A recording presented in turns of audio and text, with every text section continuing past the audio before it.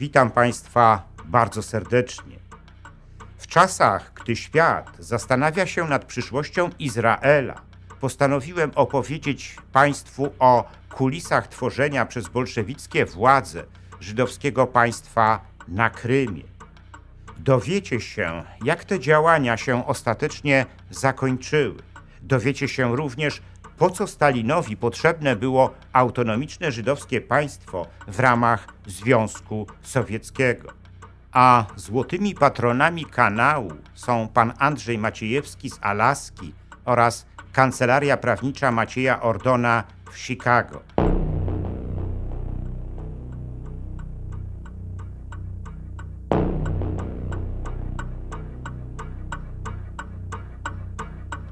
W filmie Przyszłość Izraela opowiadałem Państwu o tym, że jest wiele przesłanek na to, że to państwo może przestać istnieć. Z możliwości ziszczenia się takiego scenariusza zdają sobie sprawę dzisiaj Amerykanie, ale taki scenariusz chyba biorą również pod uwagę izraelskie władze. Izrael nadal kontynuuje swoje działania zbrojne przeciwko palestyńskiemu Hamasowi w strefie Gazy, co może wywołać w przyszłości nowy konflikt z sąsiadującymi z nim krajami arabskimi. I ten konflikt niekoniecznie może zakończyć się już zwycięstwem Izraela. A wówczas izraelscy Żydzi zmuszeni byliby do emigracji. Być może jej kierunkiem będzie południowa Ukraina, gdzie istniało wyznające judaizm imperium Chazarów. O ewentualnym projekcie stworzenia żydowskiego Izraela na terenach południowej Ukrainy opowiadałem Państwu w przywołanym przeze mnie filmie.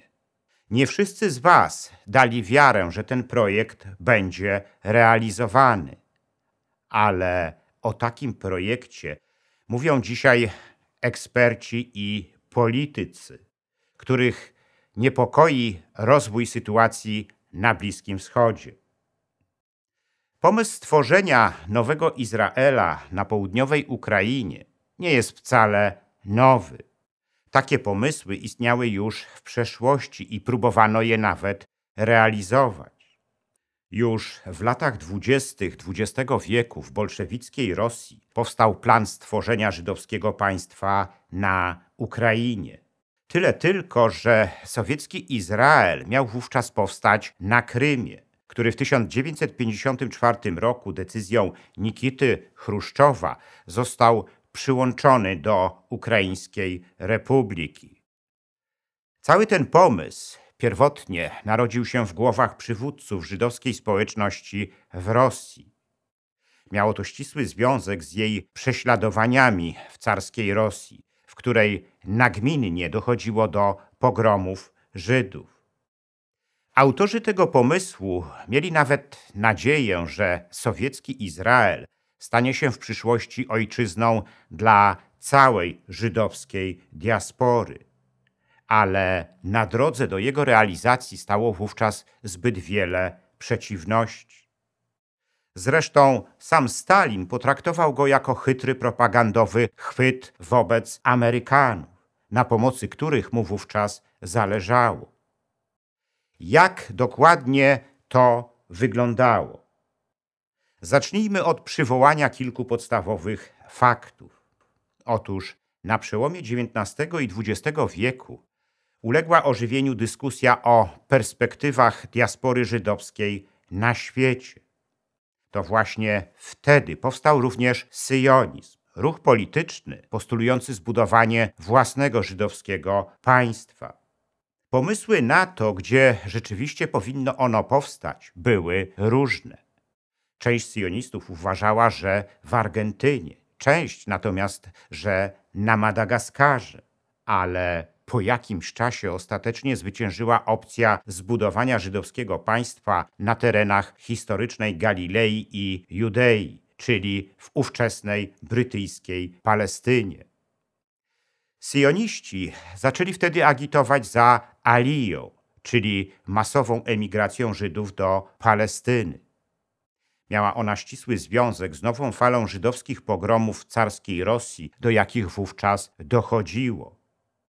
Ich przyczyną była zainicjowana przez carskie władze próba przekierowania społecznego niezadowolenia z monarchicznego ustroju, jaki wówczas panował w Rosji, na Żydów. Kluczową rolę w tych działaniach odegrała carska policja polityczna, czyli ochrana, która sprokurowała protokoły mędrców Syjonu, dzieło oskarżające Żydów o zorganizowanie światowego spisku w celu przejęcia nad nim władzy. W każdym razie ta nowa fala żydowskich pogromów w carskiej Rosji zapoczątkowała emigrację rosyjskich Żydów do Palestyny. Deklaracja Lorda Balfoura z 1917 roku, zapowiadająca utworzenie żydowskiego państwa w Palestynie, jeszcze bardziej rozbudziła nadzieję Żydów na stworzenie własnego państwa. Ale konflikt żydowsko-arabski i obawy samych Brytyjczyków te nadzieje skutecznie wyhamowały. Gdy w październiku 1917 roku doszło w Rosji do bolszewickiego puczu, sytuacja uległa radykalnej zmianie. Wielu Żydów postanowiło zaangażować się w budowę nowego bolszewickiego państwa. Nie bez powodu aż 35% jego kadr stanowili właśnie Żydzi. Jedną z płaszczyzn budowy bolszewickiego państwa była polityka narodowościowa. Kreujący ją Józef Stalin, aby zapobiec rozsadzeniu wielonarodowego państwa bolszewików, zainicjował tzw. ukorzenienie mniejszości narodowych, które miało polegać na przekazaniu im przez władze centralne politycznych koncesji w państwie. Tak właśnie stało się na Ukrainie, którą poddano procesowi ukrainizacji. Nawet mniej liczne mniejszości narodowe otrzymały od bolszewickich władz gwarancję swojego autonomicznego bytu. I dokładnie taką samą drogą postanowili pójść rosyjscy Żydzi.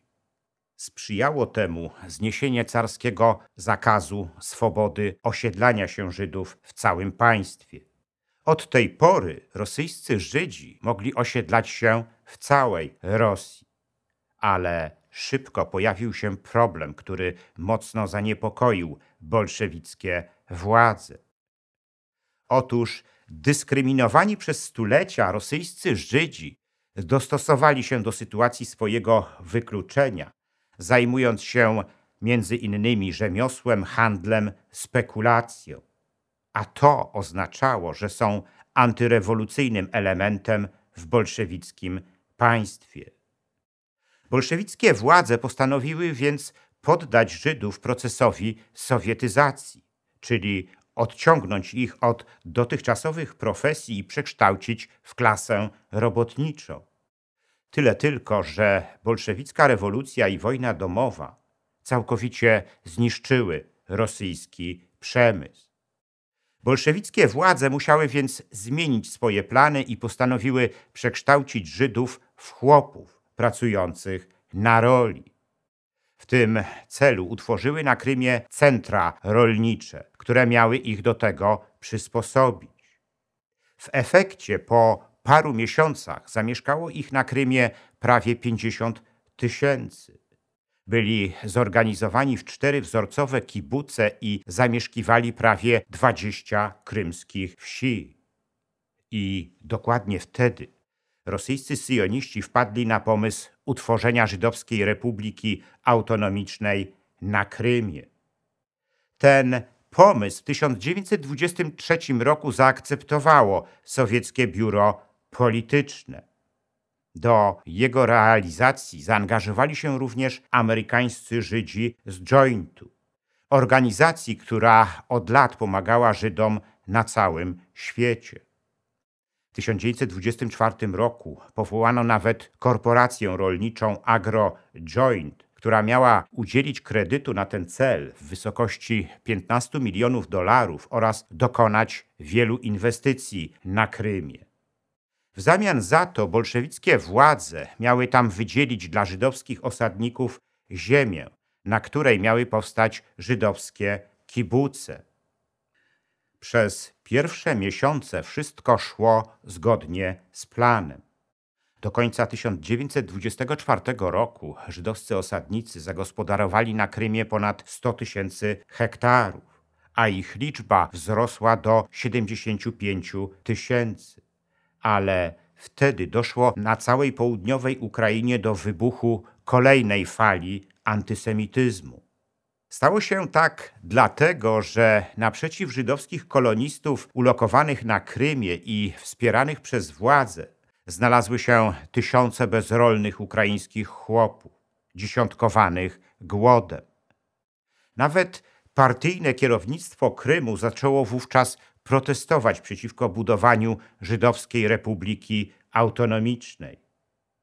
Ostateczny cios zadał jej sam Stalin, który walczył wówczas o władzę w partii z frakcją trockistowską, a rosyjscy Żydzi w znacznej części popierali Trockiego. I Stalin to wykorzystał, uruchamiając antysemicką kampanię przeciwko frakcji Trockiego. Gdy w tej walce ostatecznie zwyciężył, zaczął zwalczać antysemityzm, który wcześniej sam rozpętał. Musiał to zrobić, ponieważ bardzo mu zależało na amerykańskim kapitale i amerykańskich technologiach, bez których nie mógłby rozpocząć industrializacji państwa. Chytry Gruzin zaproponował wówczas rosyjskim Żydom w zamian za Krym kolonizację rejonu Birobidżanu na Dalekim Wschodzie. Liczył, że utworzenie tam żydowskiej autonomii znacznie lepiej przysłuży się interesom Związku Sowieckiego w tym regionie. Stalin obawiał się zagrożenia ze strony Japonii, która stale powiększała swoje wpływy w sąsiadujących ze Związkiem Sowieckim Chinach. I Żydzi przystali na propozycję Stalina. W 1928 roku działające w Związku Sowieckim Towarzystwo Zarządzania Gruntami Rolnymi Żydowskich Mas Pracujących, tzw. OZ, zwróciło się do władz z prośbą o zapewnienie żydowskim osadnikom w Birobidżanie 4,5 miliona hektarów gruntów i zgodę na ich kolonizację. I taką zgodę w 1930 roku sowieckie władze wydały. 4 lata później Stalin formalnie utworzył żydowski okręg autonomiczny w Birobidżanie. Docelowo miało go zasilić co najmniej 300 000 Żydów, ale po paru latach ten projekt uległ załamaniu. Liczba żydowskich osadników w Birobidżanie nie przekroczyła nawet 20 000. Żydowscy osadnicy szybko również przekonali się o tym, że zagospodarowanie nieużytków Birobidżanu jest zadaniem, które przerasta ich możliwości. Do tego wszystkiego doszły jeszcze trudne warunki klimatyczne, które wywoływały choroby. Nawet pomimo wsparcia ze strony żydowskich społeczności z Paryża i Londynu, żydowski okręg autonomiczny w Birobidżanie nie miał zbyt wielkich szans na przetrwanie.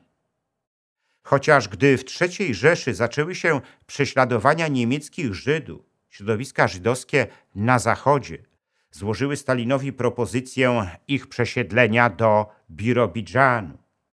Tyle tylko, że Stalin na to się nie zgodził. Dla niego samego żydowski okręg autonomiczny w Birobidżanie był jedynie chytrym propagandowym chwytem, mającym pokazać światu jego szczere intencje, co miało ogromne znaczenie w relacjach Sowietów z Amerykanami.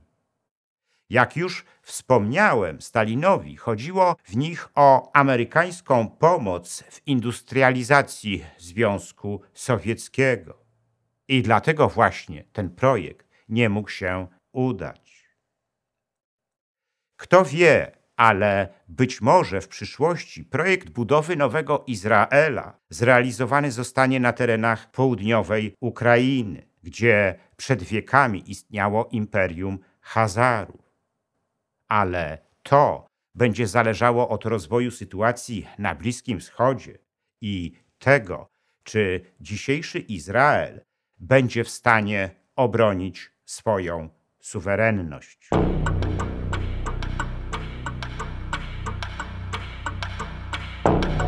W moim następnym filmie opowiem Państwu o poglądach rosyjskiego prezydenta Władimira Putina na historię, ze szczególnym uwzględnieniem w niej roli Polski.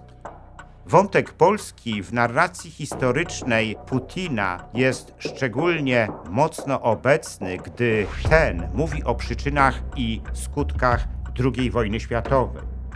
Ta wiedza pozwoli Państwu lepiej zrozumieć wojnę na Ukrainie, którą Rosjanie prowadzą również na polu historii. Ten film zatytułowałem „Jak Putin pisze polską historię”.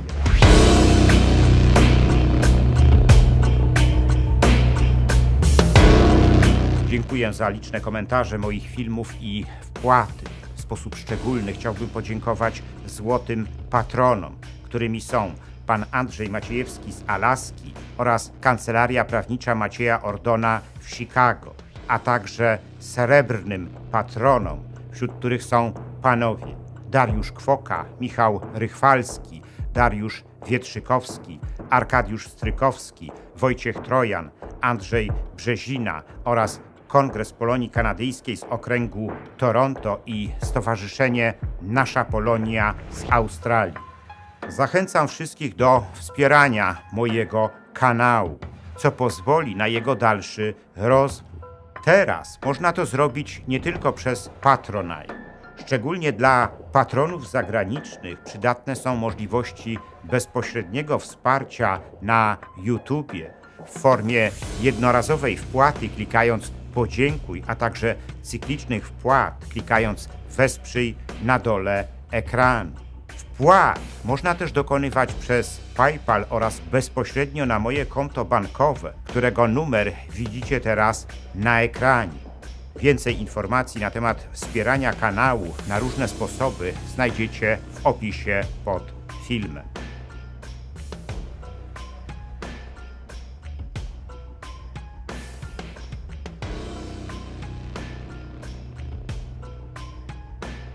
Jeśli podobał się Wam mój film, udostępnijcie go znajomym, dajcie łapkę w górę, kliknijcie subskrybuj, a także wesprzyjcie mój kanał, za co z góry dziękuję.